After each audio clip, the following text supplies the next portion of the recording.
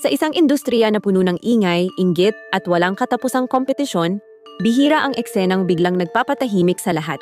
Yung tipong isang simpleng tingin o kilos lang, may nabubuong tanong na bumabayo sa utak ng mga netizen.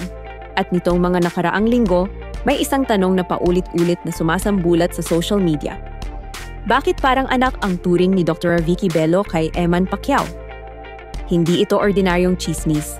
Hindi rin ito typical na magandang chemistry on cam na sinasabi ng mga fans.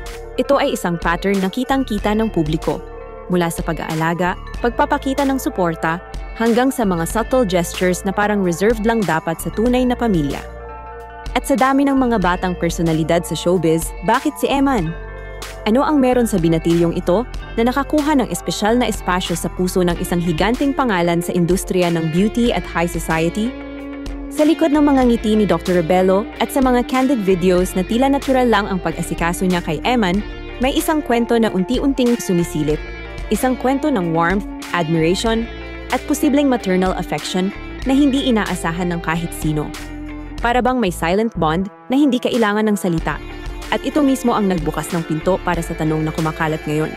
Gusto nga ba ni Dr. Vicky Bello na maging parang anak si Eman Pacquiao? Sa video na ito, sisilipin natin ang mga clue, ang mga moment, at ang mga pahayag na nag-udyok ng viral speculation. Dahil minsan, hindi mo kailangan ng malaking deklarasyon. Minsan, sapat na ang paraan ng pagtrato para makita ang totoong damdamin.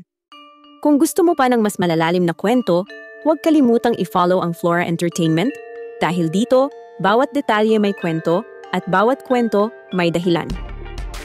Sa unang tingin, maaaring isipin ng iba na simpleng pakikitungo lang ang ipinapakita ni Dr. Vicky Bello kay Eman Pacquiao. Isang respeto mula sa isang batikang personalidad papunta sa isang batang rising star. Pero hindi nagtagal, napansin ng mga tao na iba ang aura tuwing magkasama sila. Hindi ito yung typical na publicity interaction na pinoproduce ng mga PR team. May lambing, may pag-aalaga, may natural na warmth na parang matagal nang magkakilala. Nagsimula ang lahat sa ilang behind-the-scenes clips na kumalat online.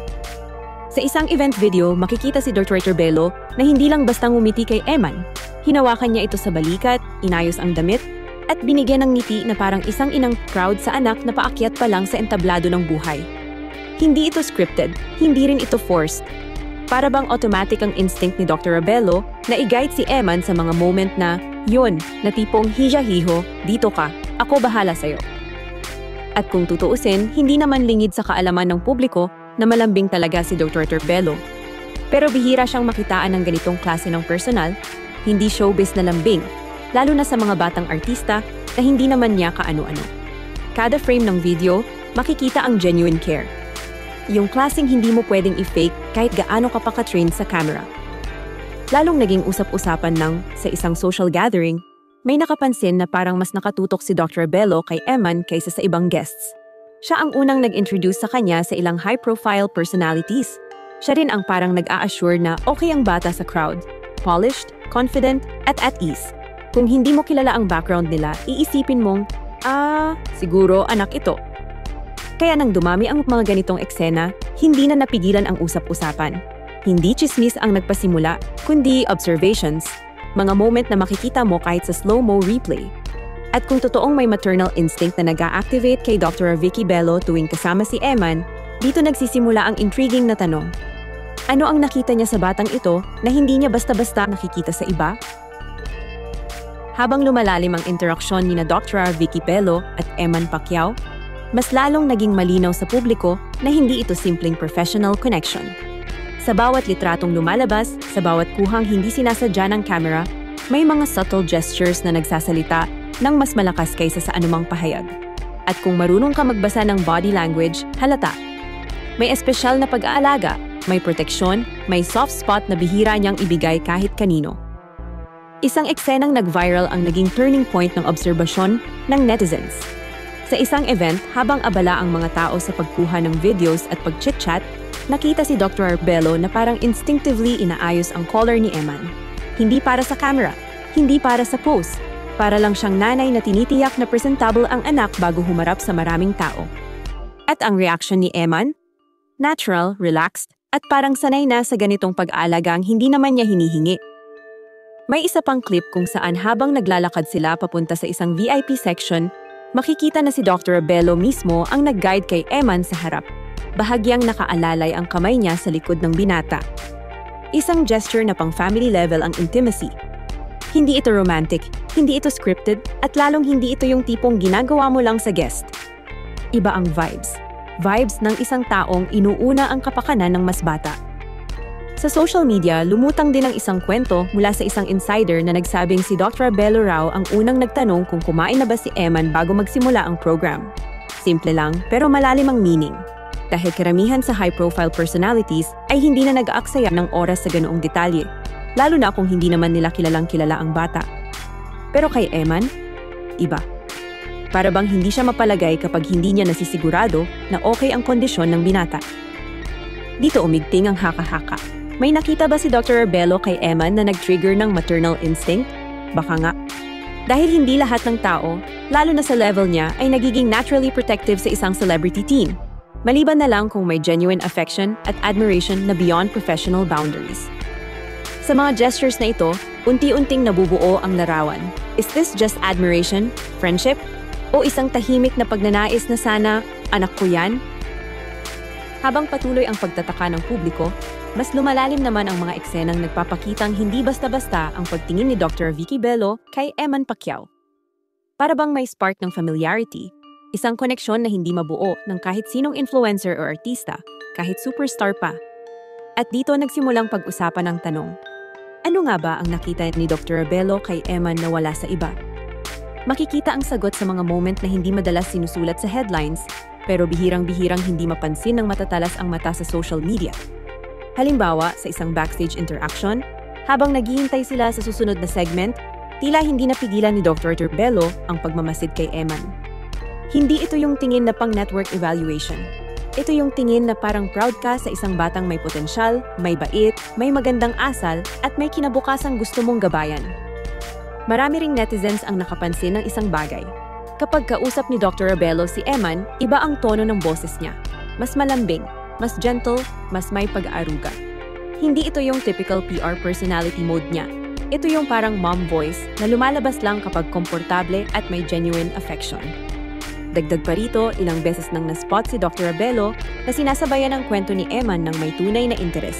Hindi siya nagmamadaling tapusin ang usapan, hindi siya naghahanap ng camera. She listens. At sa mundo ng high society kung saan lahat busy, lahat may oras na binibilang, ang paglalaan ng panahon ang pinakamalinaw na tanda ng importansya. Sa kabuuan, malinaw ang pattern. Hindi artista si Eman para kay Dr. Abelo. Hindi rin basta kaibigan. May espesyal na espasyo si Eman sa circle niya, sa time niya, at sa tingin niya sa isang batang may magandang puso at magandang kinabukasan. At dito na pumapasok ang mas malalim na tanong ng episode na ito. Kung ganito ang level ng pag-aaruga at atensyon, posible bang hinahanap niya kay Eman ang isang anak na lalaki na hindi niya nagkaroon? Habang patuloy nating sinusuri ang bawat galaw at bawat ngiti ni Dr. Vicky Bello tuwing kasama si Eman, unti-unti ring nabubuo ang mas malalim na larawan sa likod ng espesyal na koneksyon nila. Dahil kung titignan natin ang personal na buhay ni Dr. Bello, makikita na hindi basta random fondness ang ipinapakita niya. May ilang dahilan kung bakit maaaring nag-activate ang maternal instinct niya para kay Eman, at dito nagiging mas intriguing ang kabuuang kwento. Kilala si Dr. Abelo bilang isang taong may napakalambot na puso para sa mga kabataan. Matagal na itong bahagi ng personality niya, mahilig siyang mag-guide, mag-nurture, at magbigay ng advice sa mga batang nakikita niyang may empathy at potential.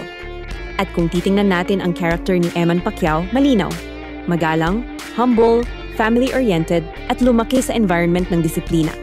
Ito ang mga katangiang natural na nagtitrigger ng admiration sa isang taong tulad ni Dr. Abelo. Kaya hindi nakapagtataka na may mga netizens na nagsasabing, parang ina talaga si Dr. Abelo kay Eman. Hindi mo pwedeng itago ang ganong klaseng care. At dito napapasok ang climax ng kwento. Ang mga moment na nagpapatunay na hindi lang basta affection ang nararamdaman ni Dr. Abelo, kundi isang uri ng emotional attachment na maaaring nagbukas sa tanong na kumalat online. Kung papayagan ang puso at pagkakataon, gusto nga ba talaga ni Dr. Abelo na maging parang anak si Eman? Pero gaya ng lahat ng kwento na bumabalot sa high society at celebrity world, may mga tanong na hindi agad masasagot. kahit gaano ka pa ka-observant. At ngayon, ang tanong na lumulukob sa mga netizen ay ito. Gusto nga ba talaga ni Dr. Vicky Bello na maging parang anak si Eman Pacquiao? Walang malinaw na sagot, pero minsan, ang pinakamakatotohanang sagot ay makikita sa mga mata at kilos, hindi sa salita. At dito nagtatapos ang ating mas malalim na pagsilip sa kanilang kakaibang silent bond. Kung nagustuhan mo ang ganitong klaseng investigative documentary-style storytelling, don't forget to like, share, and subscribe para sa iba pang malalalim, matapang at kakaibang content ng Flora Entertainment. Ikaw, anong tingin mo? Sa lahat ng nakita mo, naniniwala ka bang gusto ni Vicky Bello na maging parang anak si Eman Pacquiao? Comment your thoughts below dahil minsan, ang mata ng publiko ang mas nakakakita ng totoong kwento.